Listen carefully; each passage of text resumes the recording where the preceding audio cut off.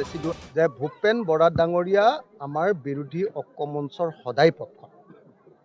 কিন্তু ভূপেন বৰা ডাঙৰীয়াই যেতিয়াই বিৰোধী ঐক্য মঞ্চটোক শক্তিশালী আৰু ৰিঅৰ্গেনাইজ কৰিব খোজে, পুনৰ গঠন কৰিব খোজে, কংগ্ৰেছৰ ভিতৰতে থকা একাংশই ভূপেন বৰা ডাঙৰীয়াই বহুত মাইলেজ পাই যাব বুলি তেওঁৰ সেইটো দিগদাৰ কৰি দিয়ে। এই যে বহুত আবিভক্ত কংগ্ৰেছ লিডাৰবিলাকৰ মাজত যে সংঘাত, সেইটো কাৰণে এতিয়ালৈকে আচলতে বিৰোধী ঐক্য মঞ্চটো শক্তিশালী হোৱা নাই। বিৰোধী ঐক্য মঞ্চটো আমি একেলগে আছিলোঁ।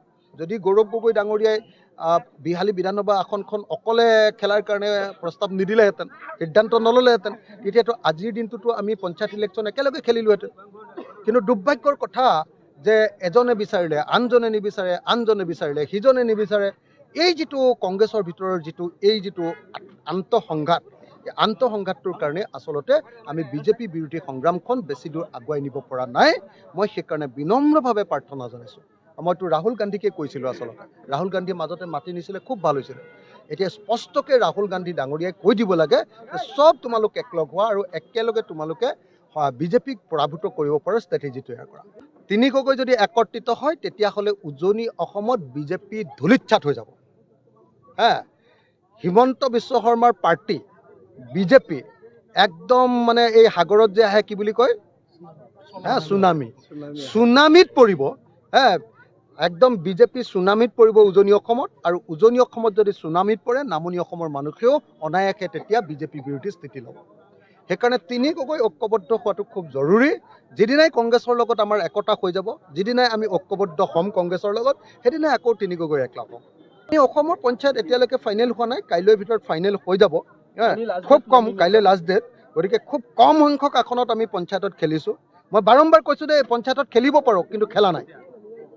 এইকাৰণে খেলা নাই দুটা কাৰণত। এক নম্বৰ, 2021ত আমাক ফ্ৰেছ মানে ইলেকশ্যন লাগে, আমাৰ ফ্ৰেছ কেণ্ডিডেট, ফ্ৰেছ ভোটাৰ।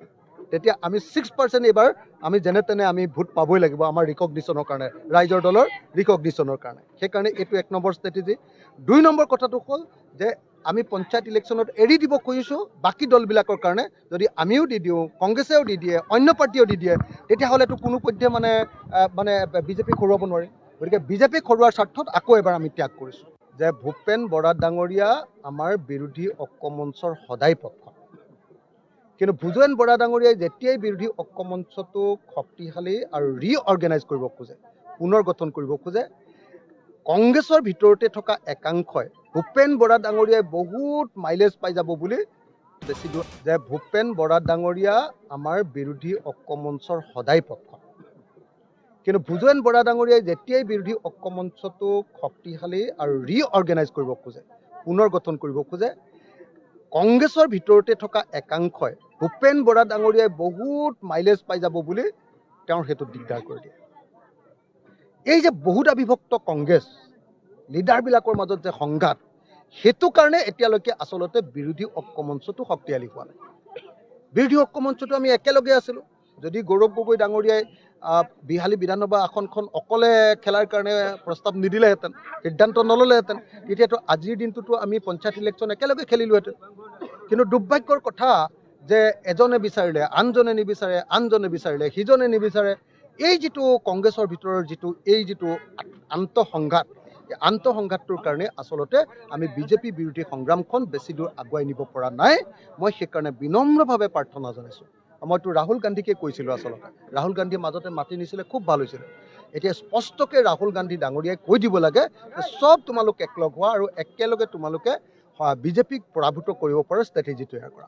তিনিককৈ যদি একত্ৰিত হয় তেতিয়াহ'লে উজনি অসমত বিজেপি ধূলিচ্ছাত হৈ যাব। হিমন্ত বিশ্ব শৰ্মাৰ পাৰ্টি বিজেপি একদম মানে এই সাগৰত যে আহে কি বুলি কয়, চুনামিত পৰিব। একদম বিজেপি চুনামিত পৰিব উজনি অসমত, আৰু উজনি অসমত যদি চুনামিত পৰে নামনি অসমৰ মানুহেও অনায়াসে তেতিয়া বিজেপি বিৰোধী স্থিতি ল'ব। সেইকাৰণে তিনিককৈ ঐক্যবদ্ধ হোৱাটো খুব জৰুৰী। যিদিনাই কংগ্ৰেছৰ লগত আমাৰ একতা হৈ যাব, যিদিনাই আমি ঐক্যবদ্ধ হ'ম কংগ্ৰেছৰ লগত, সেইদিনাই আকৌ তিনিককৈ একলগ হ'ম। অসমৰ পঞ্চায়ত এতিয়ালৈকে ফাইনেল হোৱা নাই, কাইলৈৰ ভিতৰত ফাইনেল হৈ যাব। খুব কম, কাইলৈ লাষ্ট ডেট, গতিকে খুব কম সংখ্যক আসনত আমি পঞ্চায়তত খেলিছোঁ। মই বাৰম্বাৰ কৈছোঁ যে পঞ্চায়তত খেলিব পাৰোঁ, কিন্তু খেলা নাই।